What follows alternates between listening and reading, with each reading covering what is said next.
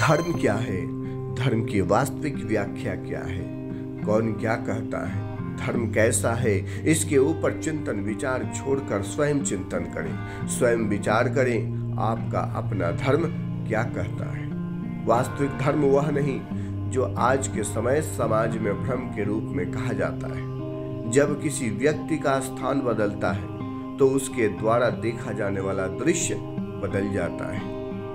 वैसे ही हर स्थिति के अनुसार धर्म बदलता है। इन धर्मों को सनातन साहित्य चीख चीख कर कहता है। संसार में धर्म को लेकर जितने भी नियम कानून बनाए गए हैं, उन सब का आधार सनातन वेद पुराण, सनातन धर्म शास्त्र है। धर्म के ऊपर कुछ बोलने से पहले धर्म को समझना होगा। धर्म पर कुतर्क करने से पहले धर्म के आधार को समझना होगा। यह सोचने से धर्म कभी समझ में नहीं आएगा कि कौन क्या कहता है। धर्म तो तब समझ में आएगा जब व्यक्ति स्वयं से स्वयं को देखकर वास्तविक सिद्धांत से तुलना करे। समस्त जीवों में मानव बहुत महान है। उसे किसी दूसरे अथवा तीसरे के मत के ऊपर जाने की कोई आवश्यकता नहीं है। मानव स्वयं ही निर्णय कर सकता है। मानव स्वयं से निश्चय कर सकता है। प्रत्येक मानव स्वयं अनुसंधान चिंतन करके समझ सकता है वास्तविक धर्म क्या है। यदि धर्म के प्रकार की बात करें तो आश्चर्य होगा। जीव इस प्रकृति से जन्मा है, इस प्रकृति से जन्मा है, इसलिए इस दृष्टि से प्रकृति के प्रति उसका एक कर्तव्य कर्म है और वह कर्तव्य कर्म धर्म का एक प्रकार है। अज्ञात महाशक्ति ने इस जगत की रचना की और हम सब इस जगत में हैं, तो हमारा उस शक्ति के लिए भी एक कर्तव्य है, वह भी एक अलग धर्म है। माता ने अनेक कष्ट और उम्मीद से बच्चे को जन्म दिया। उस बच्चे का माता के प्रति जो कर्तव्य है वह भी एक धर्म है। माता पिता ने अपने खुशियों को कुर्बान कर एवं अनेक आशा उम्मीद के साथ बच्चे का भरण पोषण किया है, तो उस बच्चे का जो कर्तव्य बनता है वह भी एक धर्म है। पत्नी अपने सगे संबंधियों को छोड़कर पति के साथ चल पड़ती है तथा उसके ऊपर अपना पूरा जीवन कुर्बान कर देती है। इस दृष्टि से उस पति का जो कर्तव्य है वह कर्तव्य भी एक धर्म है। पति अपने जीवन का समस्त संघर्ष देता है तथा पत्नी के विचारों में अपना विचार समर्पित करता है। ऐसे में उस पति के प्रति पत्नी का जो कर्तव्य है वह भी एक धर्म है। जिस परिवार ने एक हरा भरा संसार बना कर दिया है, उस परिवार के सभी सदस्यों का परिवार के प्रति जो कर्तव्य है वह भी एक धर्म है। जो जिस गुरु अथवा अभिभावक की सीख लेकर व्यक्ति अपने को समृद्ध महसूस करता है, उस गुरु अभिभावक के प्रति जो कर्तव्य कर्म है वह भी एक धर्म है। पूरे समाज में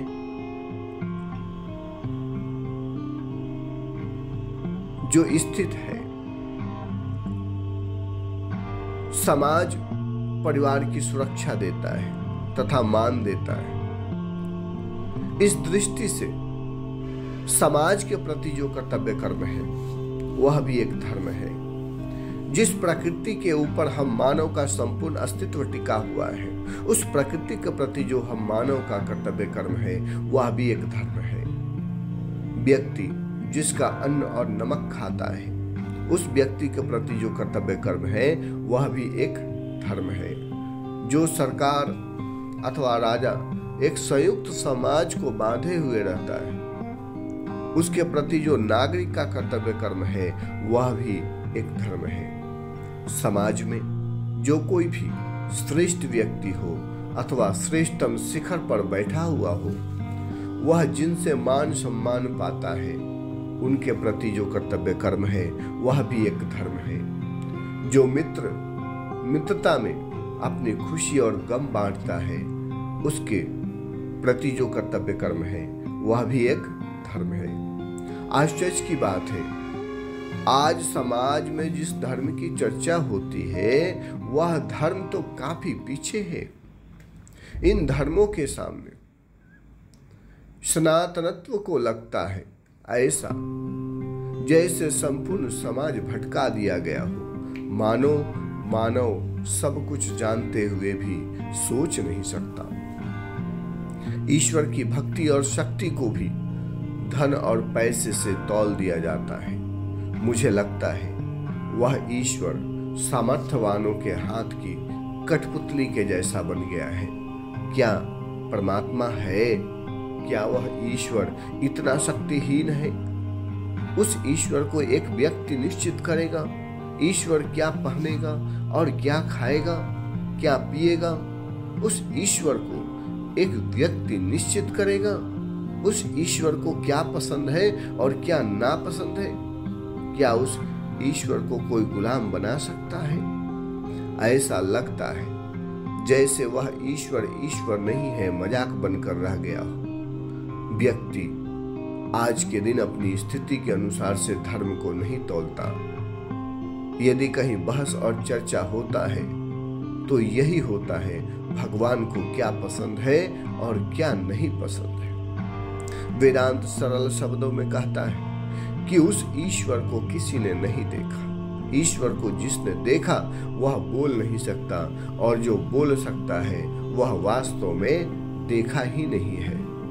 फिर बोलने वाला और हल्ला मचाने वाला कौन है? समाज में जिस धर्म के ऊपर चर्चा होनी चाहिए उस धर्म की चर्चा क्यों नहीं? समाज में विशेषकर व्यक्ति अधिकतर रोटी, कपड़ा और मकान के चर्चा में पूरा जीवन निकाल देता है। अंत समय खाली हाथ मायूस यहाँ से चला जाता है। अफसोस और आश्चर्य उस ईश्वर को लेकर अधिकतर जो चर्चाएं होता है वह भी रोटी, कपड़ा और मकान तक ही सीमित होकर रह जाता है। प्राचीन कथाओं के मतभेद में लोग अपना पूरा जीवन व्यर्थ कर देते हैं। इस विषय पर चर्चा कम होता है कि कथा के पीछे का उद्देश्य क्या कहता है। मैंने स्वयं अनेक कथाकार को कथा का आकार देते हुए देखा है। वे अपने इस कला में माहिर है। कड़वी दवा को देने के लिए मीठे का सहारा लिया जाता है, परंतु दुनिया मीठे के चक्कर में कड़वा खाना भूल जाता है। जब कथाओं में मतभेद है और यह जग जाहिर है, फिर कथा मतभेद के ऊपर व्यर्थ की चर्चा क्यों? धर्मशास्त्र तो धर्म की शिक्षा के लिए है ना। हमारे प्राचीन महात्माओं ने जिन उद्देश्य को लेकर शास्त्रों का विस्तार किया, महात्माओं ने जिन महान उद्देश्य के लिए अपने जीवन को समर्पित किया, सनातन के जिन महामानवों ने जिस उद्देश्य को लेकर अपने सनातन संस्कृति का प्रचार प्रसार किया, उन सनातन के प्रत्येक महामानव एवं पूर्वजों के प्रति जो कर्तव्य कर्म है वह भी एक धर्म है। मानव अपने कर्तव्य को निभाए, मानव अपने मानवता को समझे। मानव जिन शब्दों के ऊपर चलकर मानव बनता है अथवा समाज में महामानव बनता है, वह जो शब्द है तथा जो शब्द का आधार है वह एकमात्र वेद पुराण एवं हमारे प्राचीन सनातन ग्रंथ साहित्य है। प्राचीन साहित्य हमारे पूर्वजों और महामानवों के द्वारा दिया गया सनातन संस्कृति के लिए बहुत बड़ा वरदान है। सनातन संस्कृति के प्रत्येक धर्म के लोगों को अपने सनातन संस्कृति की कीमत को समझना होगा। सनातन संस्कृति हमारा अपना संस्कृति है, हमारे अपने पूर्वजों की संस्कृति है। सनातन संस्कृति मानवता का सर्वश्रेष्ठ संस्कृति है। सनातन प्राचीन साहित्य से दूर जाना एक प्रकार से मानवता से भटक कर दूर जाने वाली बात है। कौन क्या कहता है, धर्म कैसा है, इसके ऊपर चिंतन विचार छोड़कर स्वयं चिंतन करें, स्वयं विचार करें। आपका अपना धर्म क्या कहता है? अपने धर्म को अपने अनुसार से तौलकर समझने की कोशिश करें। वास्तविक धर्म वह नहीं जो आज के समय समाज में भ्रम रूप में कहा जाता है। हाँ, इसे भी एक धर्म का प्रकार कहा जा सकता है। परंतु वास्तविक धर्म तो बिल्कुल अलग है। सनातन के प्राचीन वेद पुराण ग्रंथ मानवता को तोलने वाला सबसे बड़ा तुला है। हमारे पूर्वज धर्मशास्त्र एवं ग्रंथ के माध्यम से प्रत्येक मानव को यह शक्ति देते हैं कि वह स्वयं तोल सके वास्तविक धर्म क्या है, स्वयं से स्वयं के लिए धर्म की व्याख्या करें। राम।